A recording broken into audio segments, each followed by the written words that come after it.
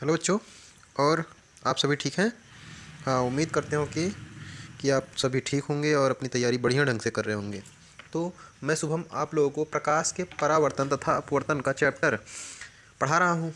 ठीक है, तो हमने कहाँ तक पढ़ाया था अभी तक?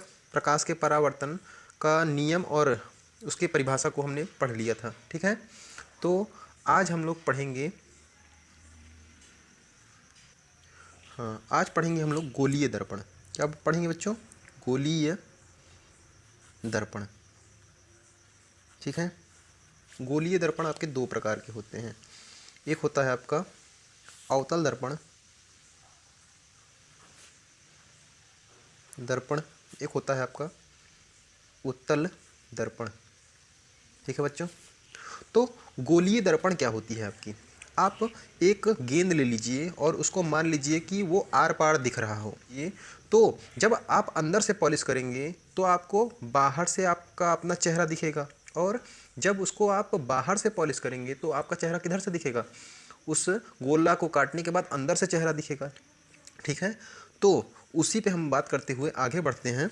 जैसे मान लीजिए ये आपका एक खोखली गोला है, खोखला गोला है। ठीक है, ये आपका खोखला गोला है। ठीक, जब हम यहाँ से इसको काट लेते हैं, ठीक है, काट के हम बाहर निकाल लिए।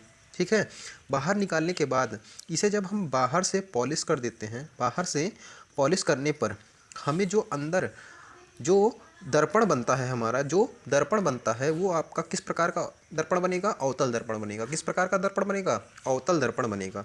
तो अवतल दर्पण बना कैसे? हम किसी खोखले गोले में से एक भाग काट लिए। भाग काटने के बाद उसे क्या किए? ऊपरी सतह पर पॉलिश कर दिए। ऊपरी सतह पर पॉलिश कर दिए। पॉलिश करने के बाद अब वो अंदर का भाग पे पॉलिश नहीं था, उधर से आपका चेहरा दिखेगा। तो जब बाहर से पॉलिश कर दिया जाता है और अंदर के भाग में आपका चेहरा दिखे या प्रतिबिंब दिखे, उस दर्पण को क्या कहेंगे? अवतल दर्पण कहते हैं। ठीक है बच्चों, ठीक है, तो उम्मीद है आप लोगों को समझ में आ गया होगा। उसी प्रकार इस गोले में से एक कटा हुआ भाग लेते हैं। मान लीजिए ये आप ले लिए। लेने के बाद अब बाहर से नहीं, अंदर से पॉलिश करना होगा। अंदर से पॉलिश करेंगे तो क्या हमें मिलेगा? बाहर से हमें अपना चेहरा या कोई प्रतिबिंब बनेगा। तो जो बाहर से प्रतिबिंब बनेगा उसी दर्पण को क्या कहेंगे? उत्तल दर्पण कहते हैं। तो समझ में आया बच्चों? तो ठीक है,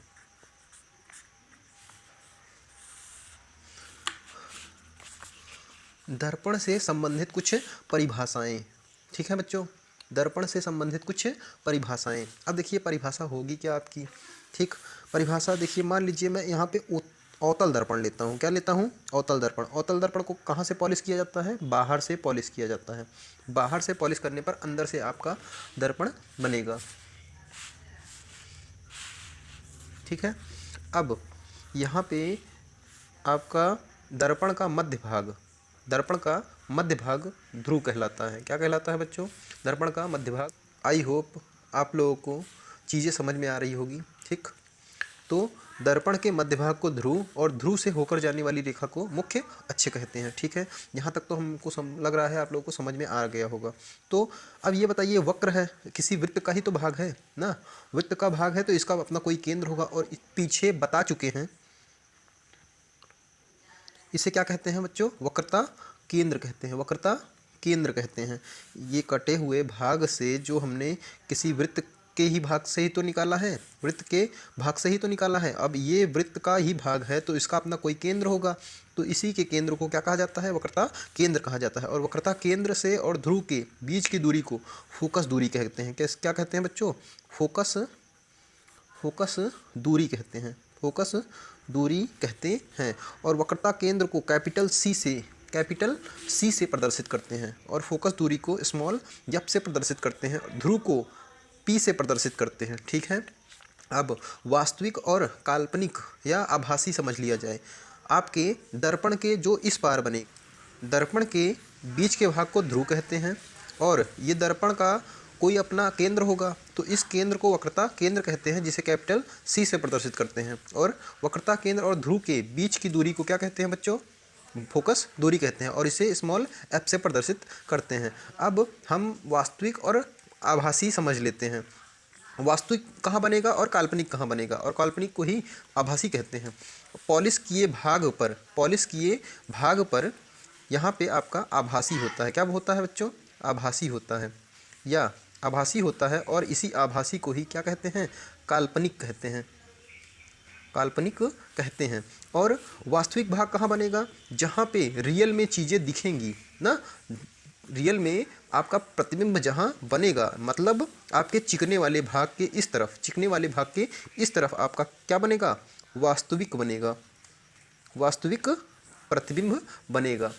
ठीक है बच्चों, वास्तविक और काल्पनिक समझ गए। आपका ये मुख्य अक्ष के ऊपर बन रहा है, मुख्य अक्ष के ऊपर आपका प्रतिबिंब बन रहा है, तो आपका प्रतिबिंब सीधा बनेगा, और मुख्य अक्ष के नीचे बनता है तो प्रतिबिंब कैसा बनेगा? आपका उल्टा बनेगा। ये सभी चीज़ें आपको मैं आगे बताऊंगा। ठीक है, तो आज के लिए बस इतना ही।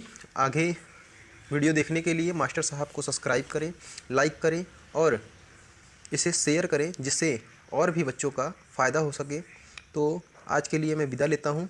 धन्यवाद।